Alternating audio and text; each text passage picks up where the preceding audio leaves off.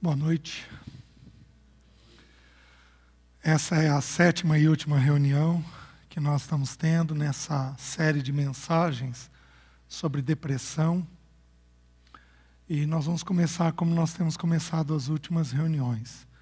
Vamos reunir aí de 2 em 2, 3 em 3, e vamos orar, apresentando essa reunião diante do Senhor, colocando os nossos corações para podermos receber a palavra de Deus. Todos nós, por favor, vamos orar ao Senhor.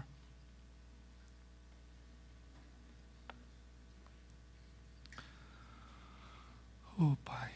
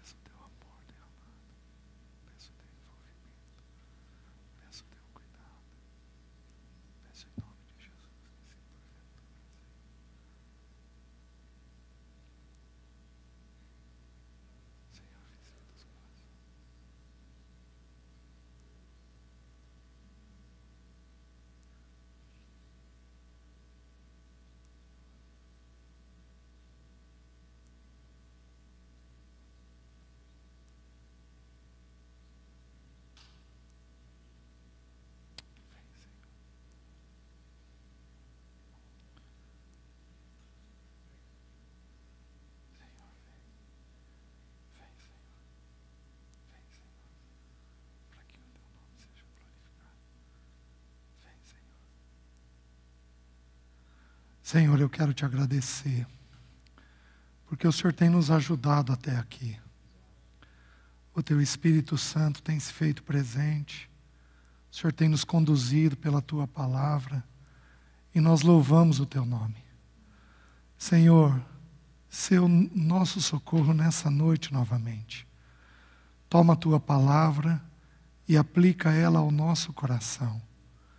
Livra-me de falar qualquer coisa que não seja em conformidade com o Teu coração, com a Tua palavra. Livra os meus irmãos de ouvirem qualquer coisa de forma indevida. E ajuda-nos, Senhor, a ter o coração colocado diante do Senhor.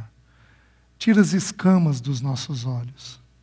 E ajuda-nos a ver o Senhor de forma mais nítida. Ajuda-nos a vermos o Pai, o Filho. Ajuda-nos a sermos conduzidos pelo Espírito, em nome de Jesus. Livra aqueles que têm tido crises de ansiedade ou de depressão. E ajuda-nos, Senhor, a resolvermos isso na alma desses jovens. Nós pedimos em nome de Jesus. Amém. Meus queridos, quando nós começamos a reunião, há quase 2 meses atrás já, o tema inicial nosso, o tema nosso é a depressão. E aí eu pedi algumas reuniões para ir construindo o entendimento com vocês. Então nós estudamos sobre como funciona a nossa alma, para entender o funcionamento da psique da gente, da alma da gente.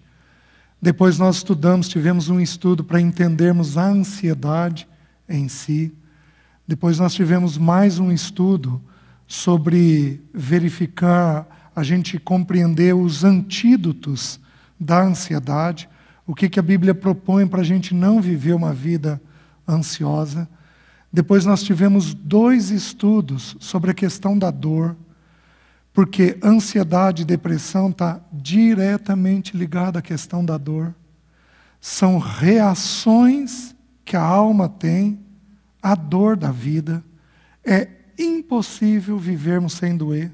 Viver dói. A dor é uma coisa tão significativa nas Escrituras que a Bíblia ensina que até amar dói.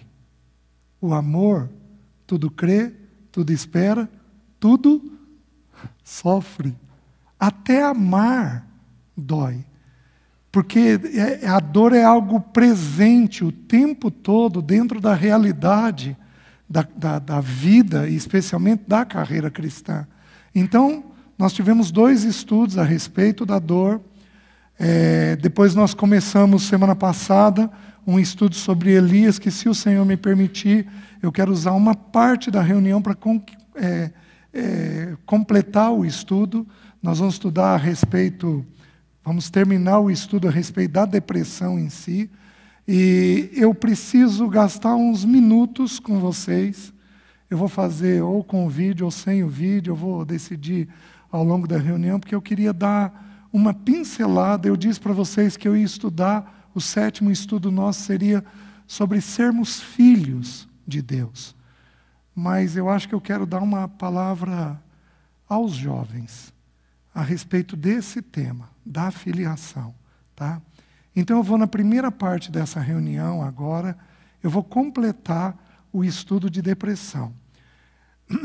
Nós falamos sobre os sintomas da depressão na semana passada, você tem tudo isso gravado, os irmãos têm um canal, você pode dar uma olhadinha lá. Nós estudamos a vida de Elias. Por que é a pessoa de Elias? Porque a Bíblia definiu assim, a Bíblia diz assim em Tiago, tudo isso nós vimos semana passada. Elias era homem semelhante a nós, sujeito aos mesmos sentimentos. Então, enquanto a ansiedade toca na mente, a depressão, ela toca no afeto. Ela toca na emoção. Tanto que os sintomas da depressão estão diretamente ligados à emoção. Apatia, desânimo, emoção. Irritabilidade. Por exemplo, nos manuais, a principal característica de depressão em criança é a irritação. E a gente geralmente toma a irritação da criança por desobediência. Às vezes mas nem sempre. Então vai tocar sempre no afeto, o medo, como nós vamos ver em Elias, um medo exacerbado, uma dificuldade com sono, ou um sono demasiado, ou uma ausência de sono. Então desregula o teu sistema nervoso de uma forma geral. A tua emoção, mais do que a mente, a tua emoção ela fica altamente sobrecarregada. É um sinal de que você pode estar entrando numa crise depressiva. Você é tomado por tristeza, uma tristeza constante, uma perda de alegria, de vigor com a vida, de desprazer com a vida. A vida não dá mais aquela pegada gostosa, as coisas não brilham mais, tudo está meio apagado dentro de você. É como se o céu tivesse nublado o tempo inteiro.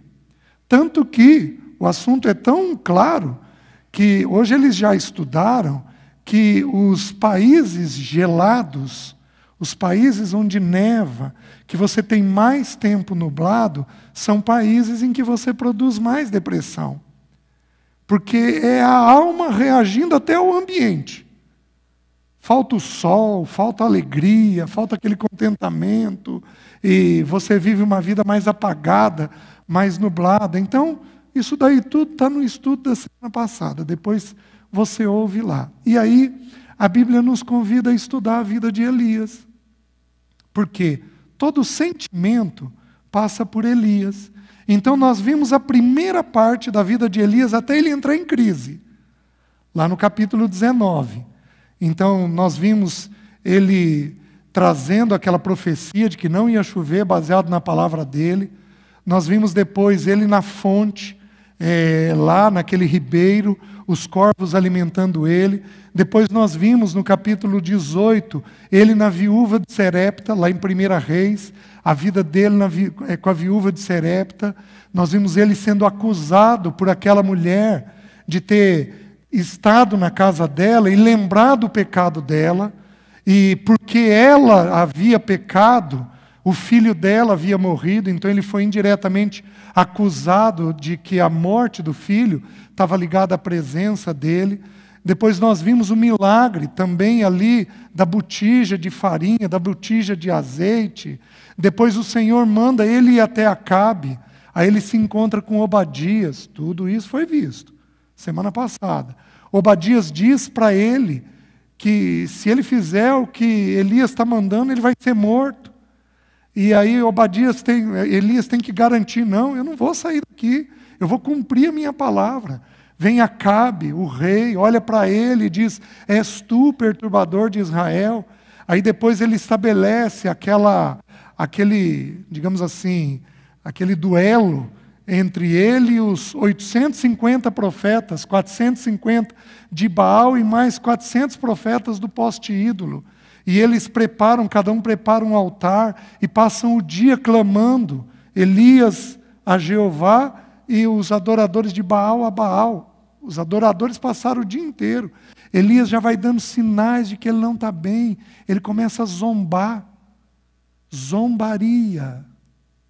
Ironia. Gente com uma mente muito ágil, que belisca muito facilmente o outro.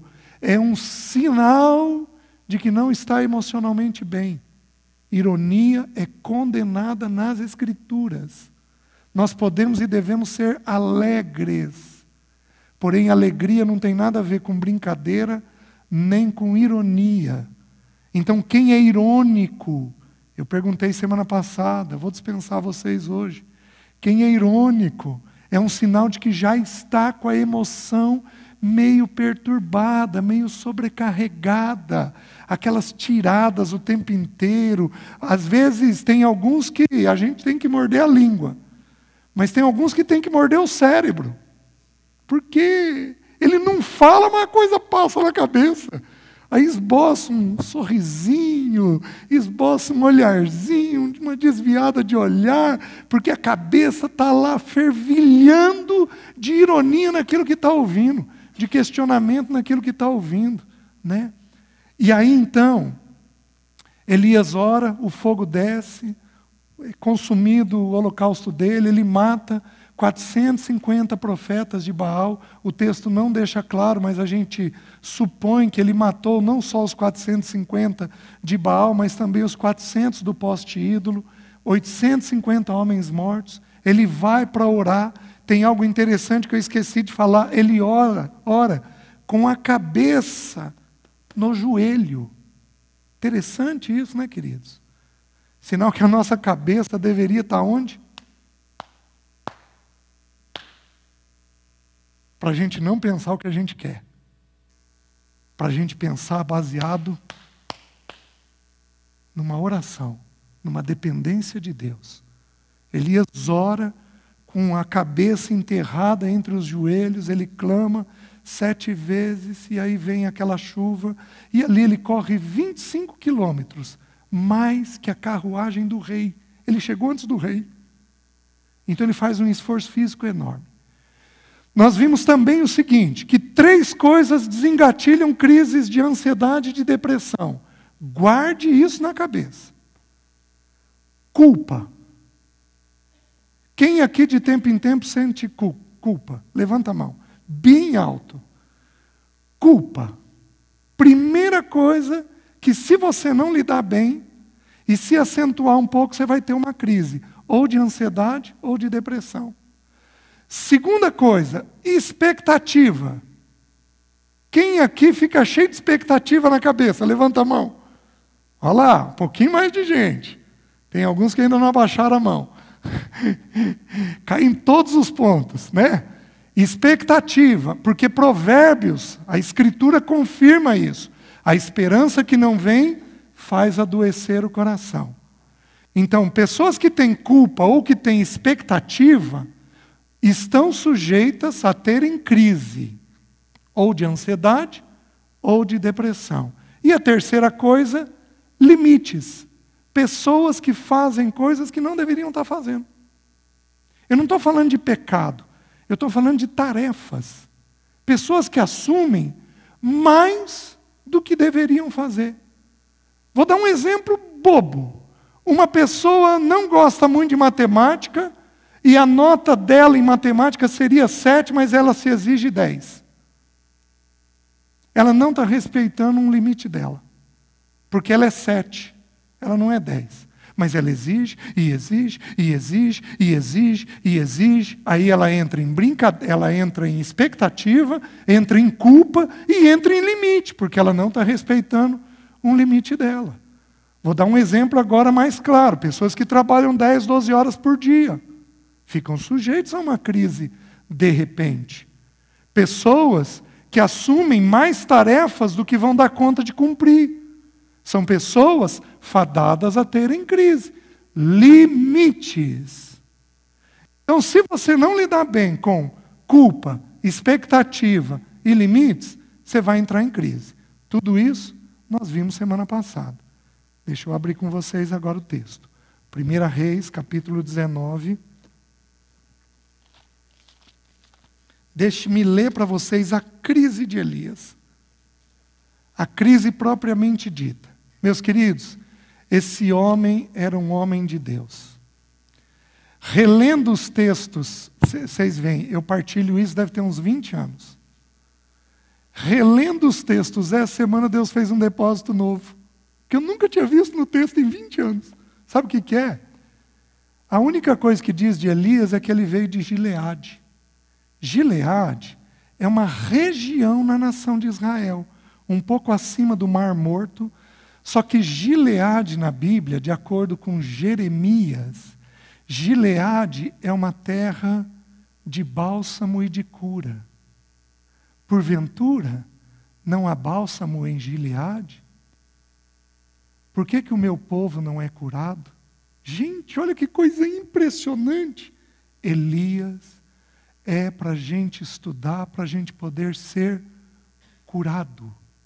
A região de Gileade, ela produz arômatas, ela produz mirra, que é uma resina de uma árvore usada no óleo da unção. A unção no Novo Testamento, de acordo com Tiago, 2 versículos antes lá de Elias, diz assim: está alguém entre vós doente, chame os presbíteros, e estes unjam o enfermo com óleo, e a oração da fé levantará o enfermo, e se houver cometido pecado, ser-lhe-ão perdoados. Meus queridos, a região de Gileade é uma região de cura. Elias é para ser estudado, para nós sermos curados dos pensamentos e das emoções indevidas. Olha o texto, capítulo 19, 1 Reis. Acabe fez saber a Jezabel tudo quanto Elias havia feito e como matara todos os profetas à espada. Então, Jezabel mandou um mensageiro a Elias a dizer-lhe: façam-me os deuses como lhes aprouver, se amanhã a estas horas não fizer eu a tua vida como fizeste a cada um deles. Temendo, pois, Elias levantou-se para salvar sua vida, se foi e chegou a Berseba, que pertence a Judá, e ali deixou o seu moço. Ele mesmo, porém, se foi ao deserto, caminho de um dia, e veio e se assentou debaixo de um zimbro, e pediu para si a morte, e disse: basta, toma agora, ó Senhor, a minha alma, pois não sou melhor do que meus pais. Deitou-se e dormiu debaixo de um zimbro. Eis que um anjo tocou e lhe disse: levanta-te e come. Olhou ele e viu, junto à cabeceira, um pão cozido sobre pedras, em brasa e uma botija de água. Comeu, bebeu e tornou a dormir. Voltou segunda vez o anjo do Senhor, tocou e lhe disse: levanta-te e come, porque o caminho te será sobremodo longo. Levantou-se, pois, comeu e bebeu, e com a força daquela comida, caminhou 40 dias e 40 noites até Horebe, o monte de Deus. Ali entrou numa caverna onde passou a noite. E eis que lhe veio a palavra do Senhor e lhe disse: que fazes aqui, Elias? Ele respondeu: tenho sido zeloso pelo Senhor, Deus dos exércitos, porque os filhos de Israel deixaram a tua aliança, derribaram os teus altares e mataram os teus profetas à espada. E eu fiquei só e procuram tirar minha vida. Disse-lhe Deus: sai e põe-te neste monte perante o Senhor. Eis que passava o Senhor, e um grande e forte vento fendia os montes, e despedaçava as penhas diante do Senhor, porém o Senhor não estava no vento. Depois do vento um terremoto, mas o Senhor não estava no terremoto. Depois do terremoto um fogo, mas o Senhor não estava no fogo. E depois do fogo um cicio tranquilo e suave. Ouvindo Elias, envolveu o rosto no seu manto, e saindo pôs-se à entrada da caverna. Eis que lhe veio uma voz e lhe disse: que fazes aqui, Elias? Ele respondeu: Tenho sido em extremo zeloso pelo Senhor Deus dos exércitos, porque os filhos de Israel deixaram a tua aliança, derribaram os teus altares e mataram os teus profetas à espada. E eu fiquei só e procuram tirar minha vida. Disse-lhe o Senhor: vai, volta o teu caminho para o deserto de Damasco, e em chegando lá, unge a Azael, rei sobre a Síria. A Jeú, filho de Nício, ungirás, rei sobre Israel. E também Eliseu, filho de Safate, de Abel-Meolá, ungirás profeta em teu lugar. Quem escapar à espada de Azael, Jeú matará. Quem escapar à espada de Jeú, Eliseu matará. Também conservei em Israel 7.000, todos os joelhos que não dobraram a Baal, e toda a boca que não o beijou. Meus queridos, crise vem de uma hora para outra. Elias passou 3 anos e meio numa atividade intensa. Elias foi acusado de várias coisas. E nós não sabemos exatamente como ele respondeu a essas coisas. No caso da viúva, ele falou: Senhor, até a esta viúva afligiste. Então ele tinha um peso dentro dele. Elias passou alguns dias onde ele trabalhou demasiadamente. O texto diz que a fome era extrema em Samaria. Onde ele passava, ele via o dano da fome. Ele via animal morto, ele via ribeiro seco, ele via pessoas magras, ele via gente desesperada, ele via terra, ele via poeira, ele só via isso. Ele via desolação. Ele se encontra com aquele que quer matar ele. Ele faz um desafio cheio de expectativa de que o povo tornaria a Deus. E o povo não tornou a Deus. Ele corre 25 quilômetros. Ele passa 3 anos e meio sobre uma atividade intensa. O que acontece? Chega um ponto em que ele não deu conta. Sabe quando você não tem uma noite boa?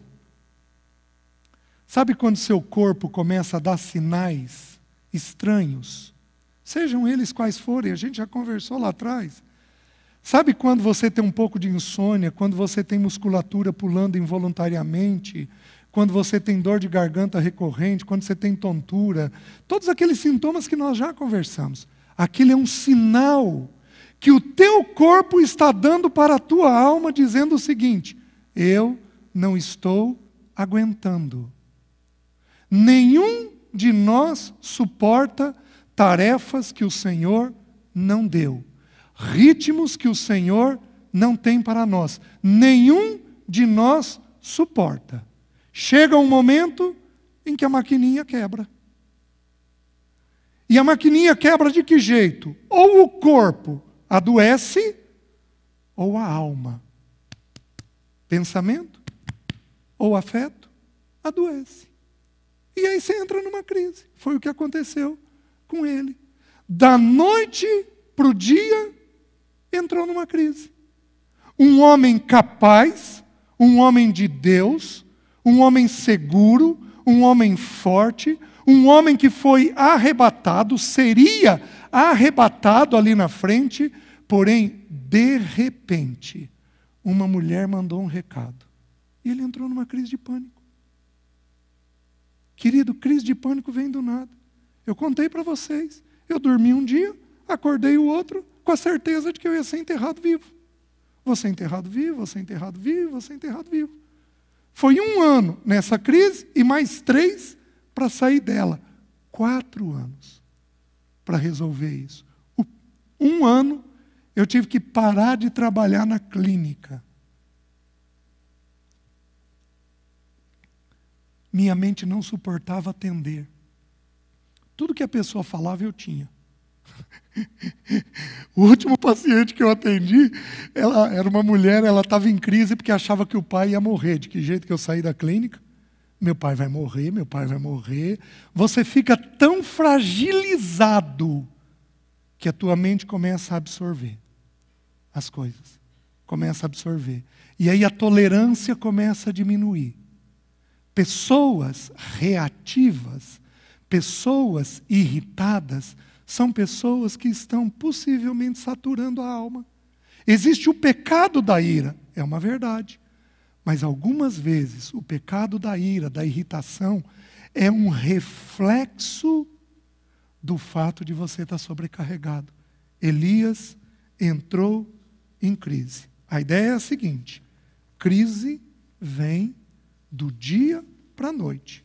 De repente, você acorda mal com alguma coisa. Então você passa a ter, no caso de Elias, ele teve uma crise de pânico. Ele teve medo de Jezabel. Agora, meus queridos, faz sentido? O dia anterior ele matou 450 profetas. Faz sentido ele ter medo do recado de uma mulher? É óbvio que não faz sentido. Por que que ele teve? Porque ele estava esgotado daqueles 3 assuntos: culpa, expectativa e limites. Então, primeira coisa, no versículo 2, Jezabel manda um recado. Segunda coisa, o medo se instalou. No medo, a gente supõe que alguma coisa vai acontecer. No pânico, você tem certeza. Então, quem que não sobe num avião aqui completamente relaxado? Se você tem um mínimo de informação, você sabe que para subir, para descer, é a hora do risco. Certo?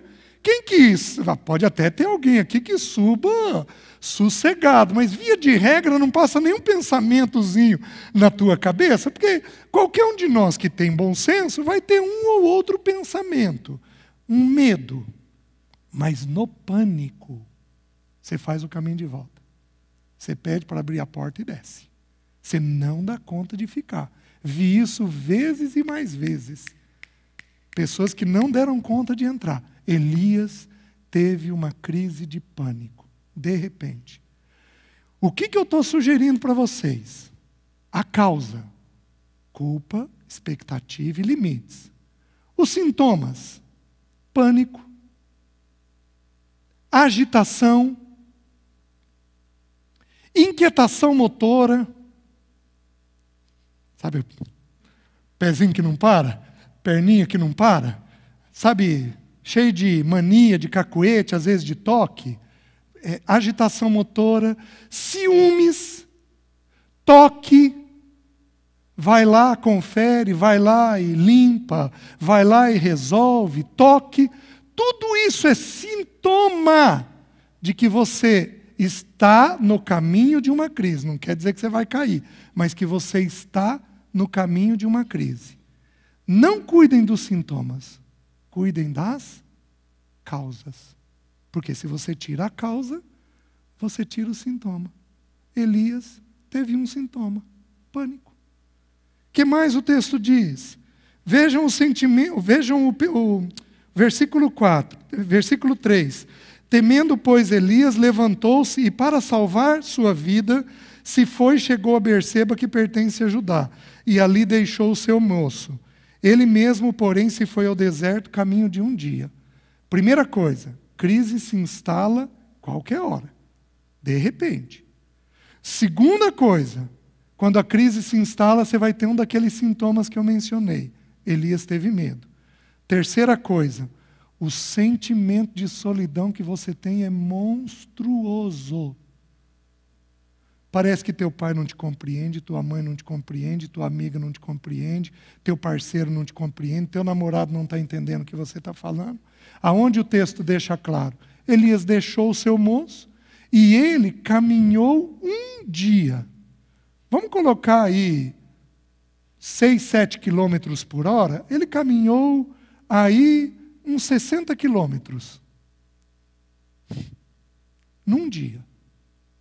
Você está me entendendo? Um sentimento de solidão monstruoso. Quem aqui já sentiu solidão, mas sentiu sentido? Levanta a mão. Levanta alto, por favor. Olha lá. São sentimentos próprios da alma. Quando a crise está se instalando, o sentimento de solidão vai se acentuando dentro de nós, como se as pessoas não conseguissem entender aquilo que você está passando. O problema é que não é uma pessoa que não entende. Muitas não conseguem entender aquilo que você está passando. Aí é um sinal que não está nas pessoas o problema. O problema está em você. E aí, o versículo 3 diz que para salvar a vida dele, mas vejam o versículo 4. Ele mesmo, porém, se foi ao deserto, caminho de um dia, e veio e se assentou debaixo de um zimbro, e pediu para si a morte. O que ele pediu? O esgotamento era tão grande, e algo doía tanto dentro dele. Meus queridos, deixa eu dizer uma coisa. Dor física dói. Mas a dor da alma, ela é terrível. Fez Jesus suar sangue. A dor da alma, ela é terrível.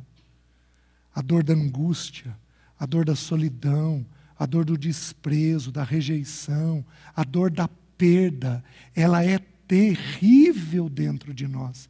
E aí, Elias pediu para si a morte. Pedir para si a morte é diferente de querer morrer, de querer se matar. Há uma diferença entre desejar morrer e desejar o suicídio. Há uma diferença entre essas duas coisas. Quando você deseja morrer, é porque algo está te pressionando e você queria um alívio. Mas quando você avança um pouco mais e começa a elaborar o que fazer, que obviamente eu não vou mencionar, não vou dar ideia, né? Vai que alguém goste. Você começa a elaborar o que fazer, aí é um sinal vermelho, mas bem vermelho. Porque é um sinal que você está entrando num desespero pessoal. Você não está suportando aquela dor que está ocorrendo. Isso entre 12 e 22 anos é comum. Por quê? Porque você está sendo treinado para suportar a dor da vida. Você ainda não aprendeu a lidar com a dor da vida.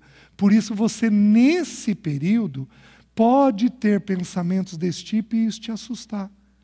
Se algum jovem aqui tem, procure o seu líder. Divida com o seu líder a respeito disso, tá? Para ele poder ver, identificar a dor que você está tendo e poder resolver isso daí. Elias teve. E não é porque ele teve um pensamento de morte que ele queria se matar. Ele queria alívio da angústia que ele estava tendo dentro dele. Aí o que acontece? Deitou-se, versículo 5, deitou-se e dormiu debaixo do zimbro. Eis que o anjo tocou e lhe disse, levanta-te e come. O que ele fez? Ele dormiu. Ele pode ter dormido um sono normal, ele andou uns 60 quilômetros. Então ele estava cansado, ele estava exausto. Porém, a Bíblia nos dá algumas pistas. Vocês lembram de Pedro, Tiago e João no Getsêmani com Jesus? O que aconteceu com eles? Dormiram. Lucas, o Evangelho de Lucas, Lucas é um médico. E ele escreve o Evangelho do ponto de vista de um médico. Ele vira e diz, lá no capítulo, se não me engano, 24, diz que eles, 22 o capítulo, que eles dormiram o sono da tristeza. Porque eles estavam tão tristes, sabendo que a morte do Senhor estava perto, que eles dormiram em demasia. O teu sono está bom ou está ruim?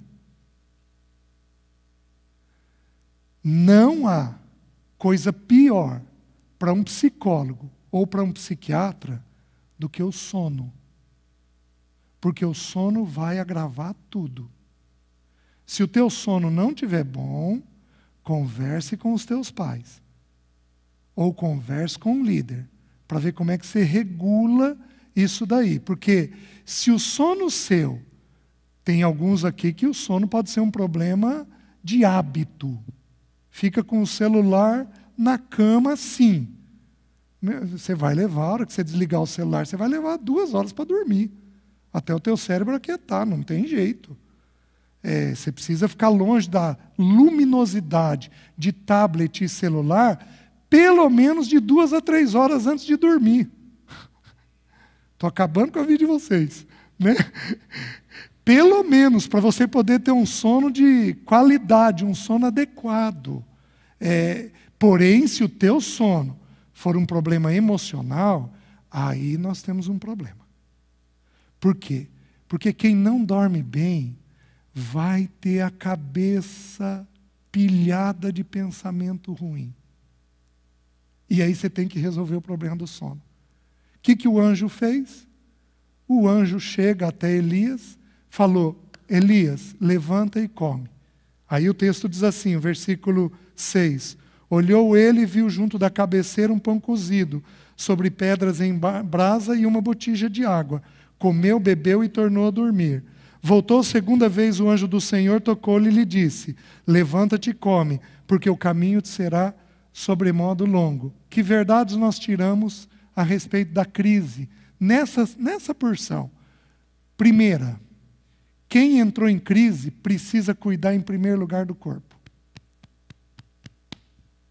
Você precisa refazer a máquina, o corpo, tá? Se você não refizer o corpo, você não refaz a mente.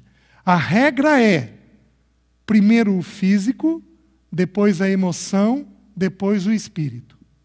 A regra é essa. Primeiro o físico, depois a emoção, depois o espírito. É difícil ministrar espiritualmente a alguém que não está dormindo. Ele precisa primeiro de dormir. E num dos estudos eu falei para vocês que a própria Bíblia, ela explica ela. É a Bíblia quem explica a Bíblia.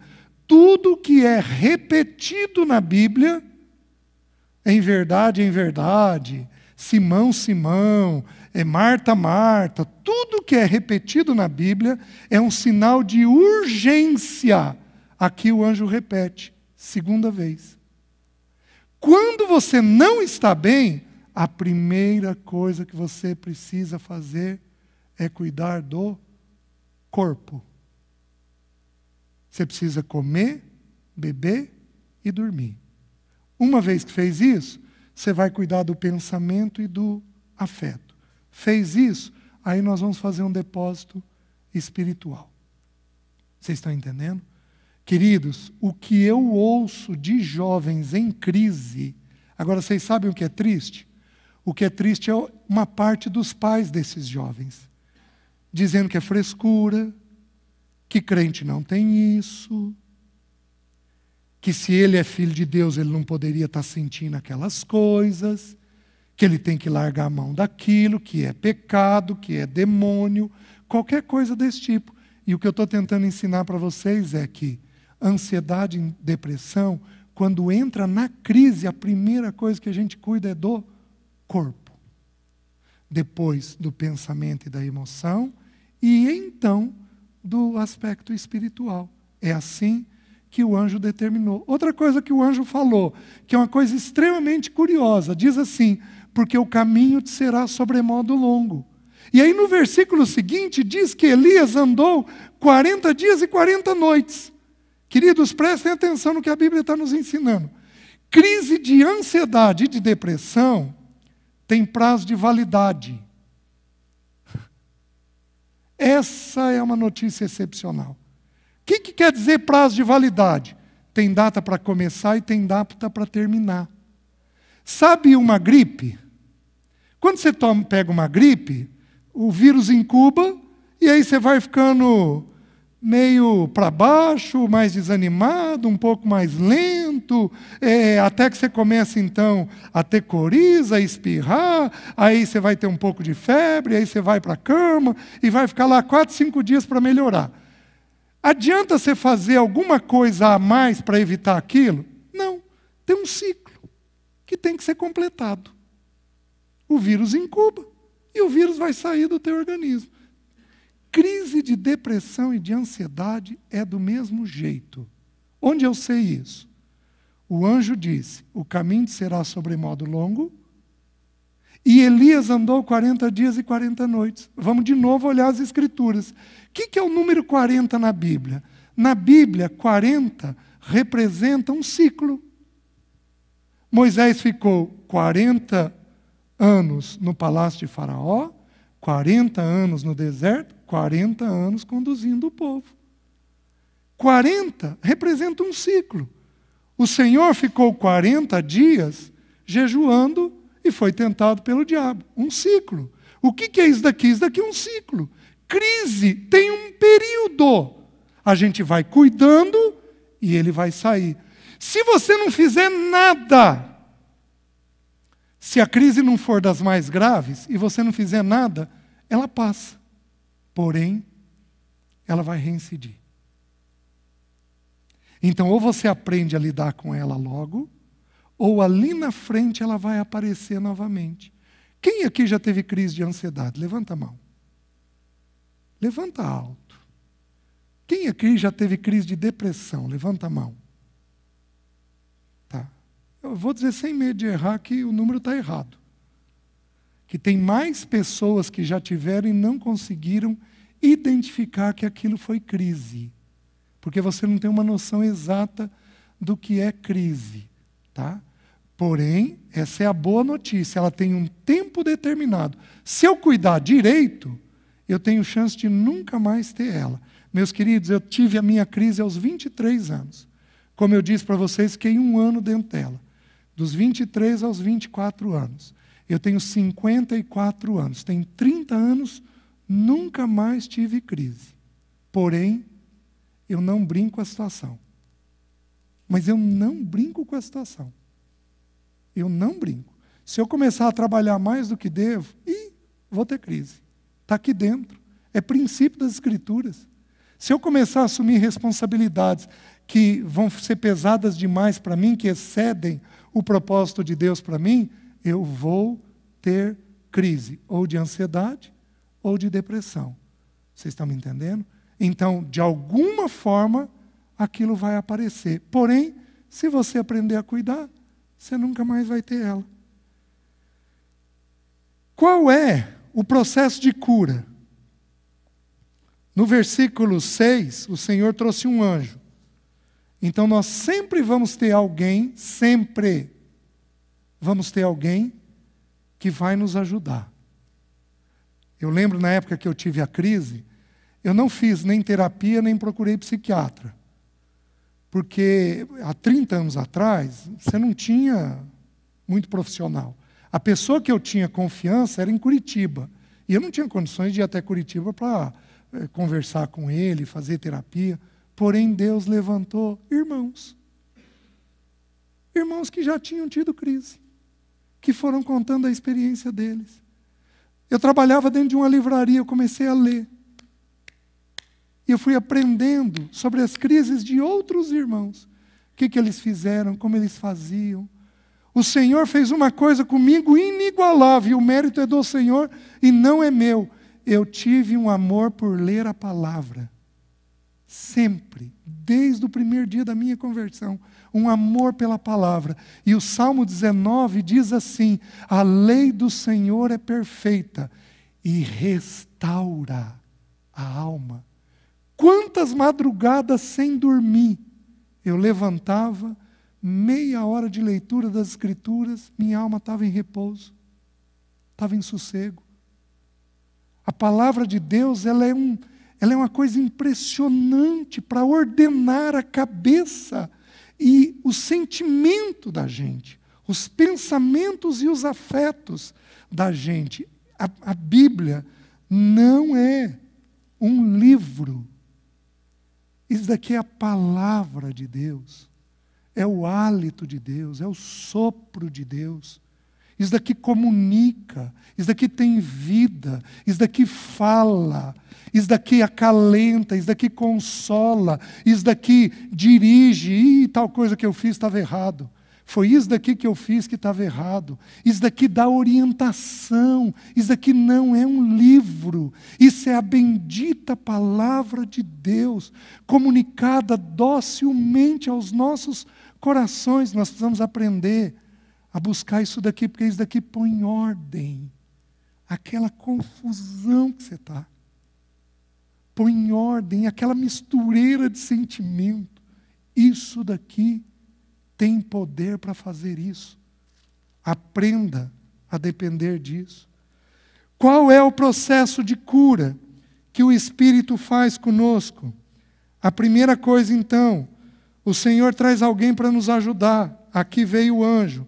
A segunda coisa, toda crise tem uma duração. A terceira coisa, temos que falar as nossas coisas. De novo, uma ordem dupla. Olha o versículo 9 e o versículo 11. O Senhor mandou Elias até essa caverna lá no Monte Horebe. O Senhor, no 9, diz assim: ali entrou numa caverna, onde passou a noite. De novo, deixa eu explicar algo da crise. A crise é como uma caverna. O pessoal da Tailândia entendeu isso bem. Às vezes entra e a impressão que você tem é que não tem jeito de sair. Às vezes é uma caverna em U. Você não vê o fim dela nunca. Nunca. Isso demonstra como que é a crise. Gente, é desesperador. Crise de ansiedade, de depressão. É desesperador quando você tem. Então Elias entra numa caverna, mas o Senhor faz uma coisa com ele. O Senhor vira e diz assim: que fazes aqui, Elias? Meus queridos, por que Deus faz perguntas? Por que Deus faz perguntas se Ele sabe tudo? Não é meio estranho? Mas se Ele sabe, por que Ele está perguntando? Deus não pergunta para Ele saber.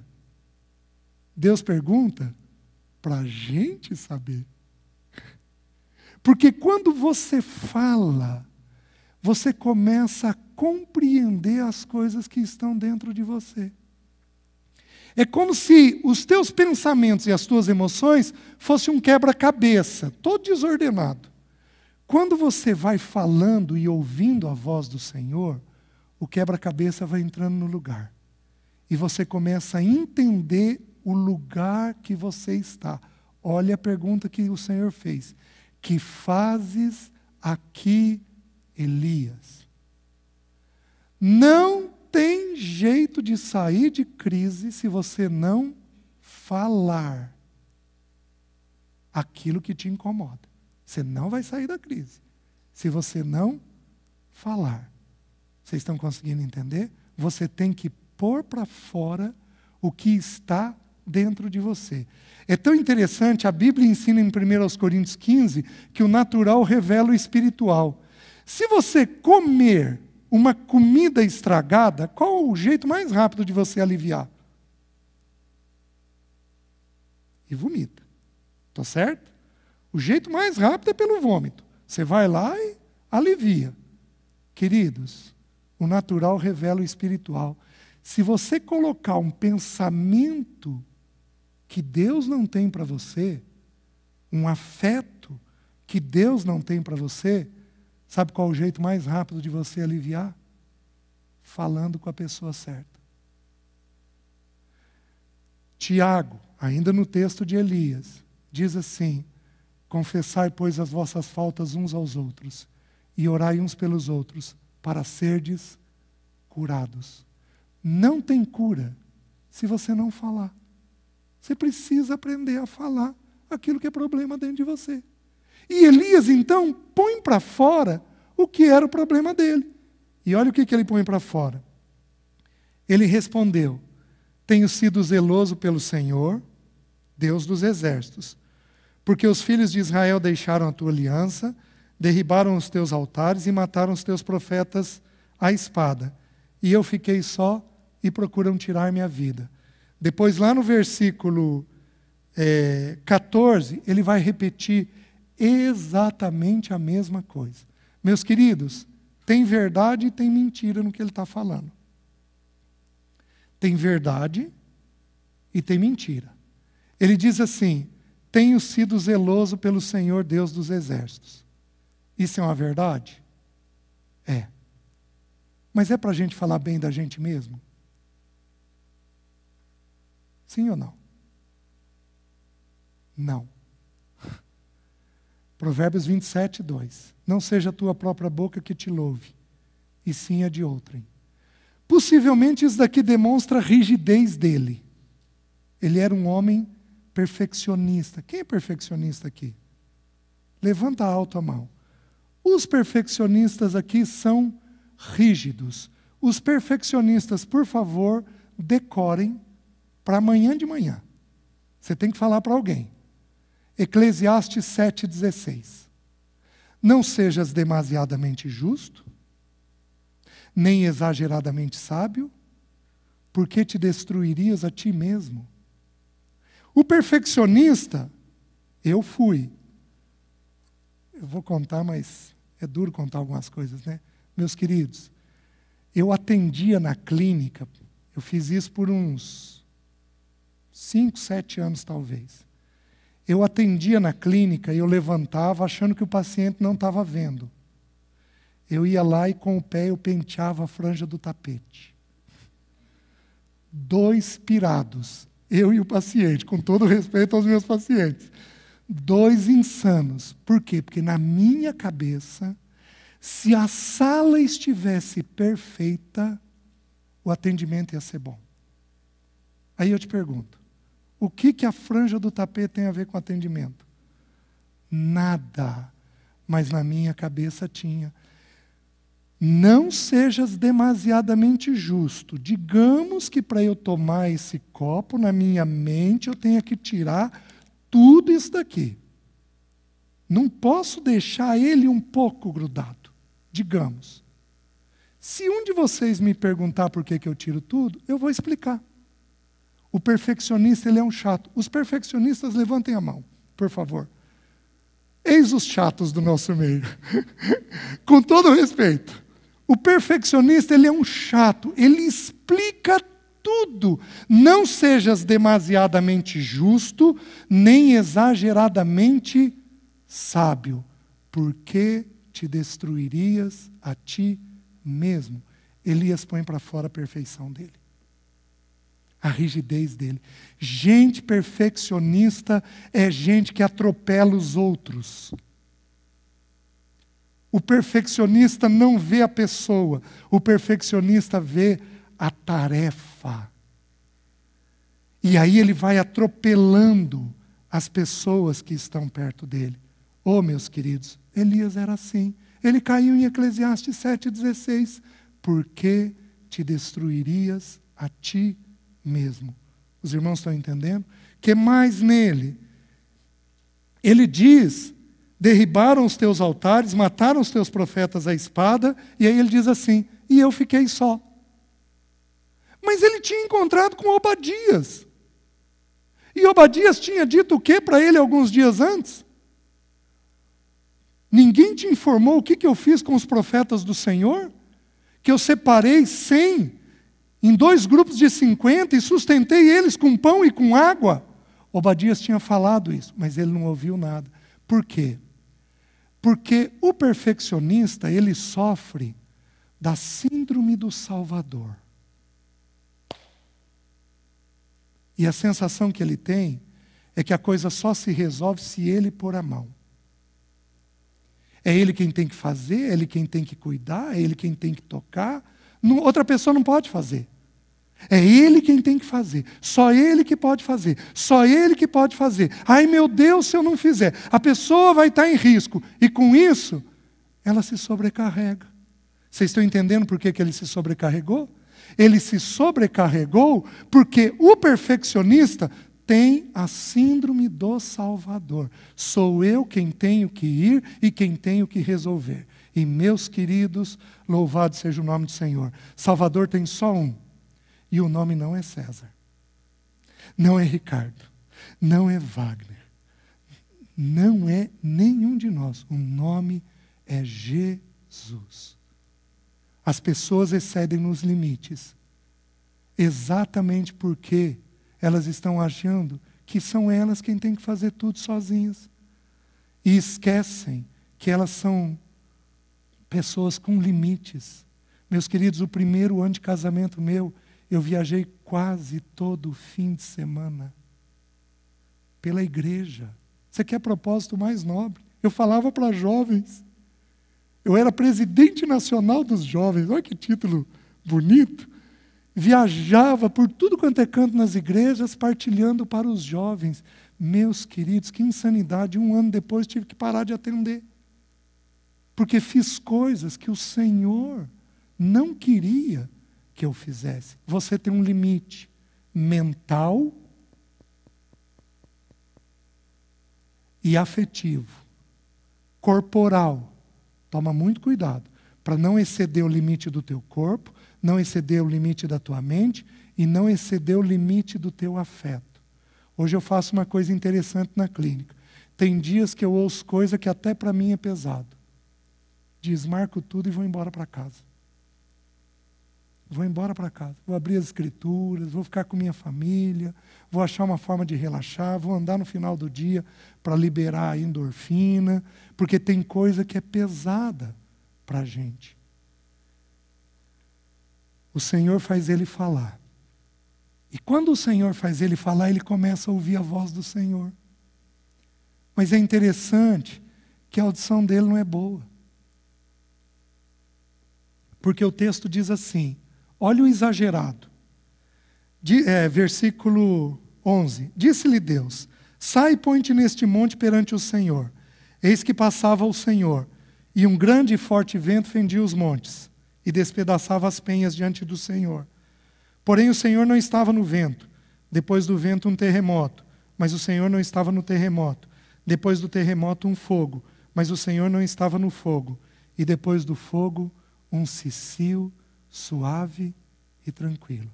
Presta atenção. Deus, o nosso Deus Pai, não é de agitação. Nós não encontramos Ele na agitação. Nós não encontramos Ele na hiperatividade. Nós não encontramos Ele naquela coisa louca, fazendo um monte de coisa ao mesmo tempo. Nós não encontramos Ele lá. Porque Deus é um Deus de um cicio suave e tranquilo. Deus não é de agitação. Aquietai-vos e sabei que eu sou Deus. Sou exaltado na terra, sou exaltado entre as nações. Não há outra forma de conhecer Deus senão na quietude. O que Deus faz com alguns de nós? Tem que permitir uma crise, senão a gente não para. Senão a gente não sossega. A gente não encontra descanso e a gente não encontra o caminho do Senhor.